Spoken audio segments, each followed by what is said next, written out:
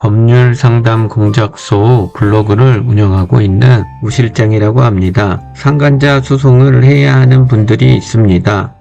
일단 소송을 하기 위해서는 외도의 증거가 있어야 하고 피고의 인적사항을 파악할 단서가 있어야 하고 그리고 피고가 유부남, 유부녀인 것을 알고도 만났다라는 증거 또한 확실하게 있어야 합니다.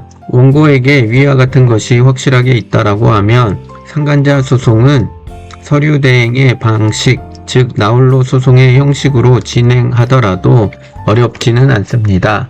하지만 많은 분들이 소송을 처음 해보고 소송에 대해서 잘 모른다라고 생각하기 때문에 대부분 변호사를 선임해서 진행을 하는 것 같습니다.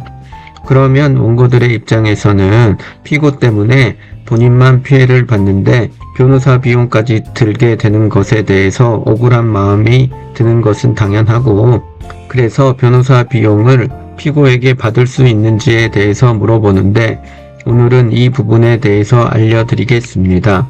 일단 본인이 제출한 숫장에는 소송 비용은 피고가 부담한다라고 명시하게 됩니다. 하지만 무조건 소송 비용을 100% 피고에게 다 받을 수 있는 것은 절대 아닙니다. 첫 번째, 변호사 비용 중 거의 100% 정도를 받을 수 있는 경우에 대해서 알려드리겠습니다. 소송 비용을 피고에게 거의 받을 수 있는 사례도 5건 중에 1건 정도 발생을 합니다. 그런 경우는 원고가 법원에 청구한 금액 100%가 다 인정되었고 판결로 갔을 때는 소송 비용은 100% 피고가 부담하는 것으로 나오게 됩니다. 그래서 법원에 본인이 위자료 3천만 원을 청구했다라고 하고 100%가 다 인정되었다라고 하면 본인이 납부한 인지대 송달료를 포함해서 피고에게 300만 원 전후를 받을 수가 있습니다.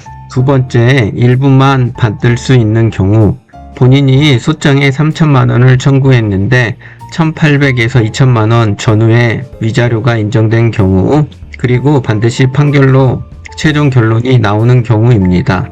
이런 경우는 보통 소송 비용의 부담이 원고가 3분의 1, 피고가 3분의 2 부담하라는 판결이 나오게 됩니다. 이런 경우에는 원고의 부담 부분도 있기 때문에 실제 원고가 피고에게 받을 수 있는 것은 3분의 1 정도이고 대략 인직대 송달료를 포함해서 100만 원 전후로 받을 수가 있습니다. 세 번째, 소송 비용을 받을 수 없는 경우, 일단 본 소송이 조정기일의 합의로 종결이 될 경우에는 대부분 소송 비용은 각자 부담하라고 나오기 때문에 이런 경우는 피고에게 받을 수가 없습니다. 그리고 위자료를 3천만 원을 청구했는데 1,500만 원이 인정된 경우에 판결을 보면 소송 비용은 원고가 2분의 1, 피고가 2분의 1 부담하라고 나오기 때문에 각자 부담을 해야 합니다. 네 번째, 오히려 원고가 소송 비용을 부담해야 하는 경우, 원고가 피고에게 소송을 부담해야 하는 경우도 있습니다. 일단 소송을 했는데 원고가 패소를 하는 경우에는 원고가 피고에게 소송 비용을 100%에 가까운 금액을 지급해야 하는데 이때 인정된 금액이 대략 한 290만 원 전후가 됩니다.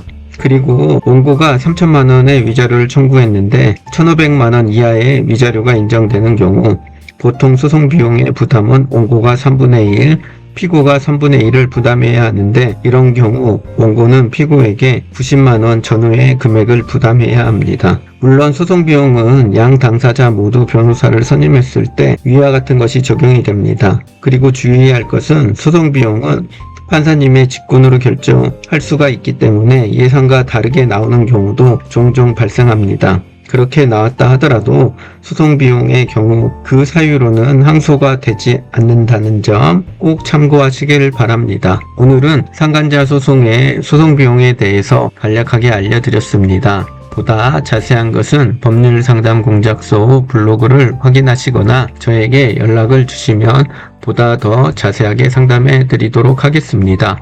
오늘도 저의 영상 시청해 주셔서 고맙습니다. 감사합니다.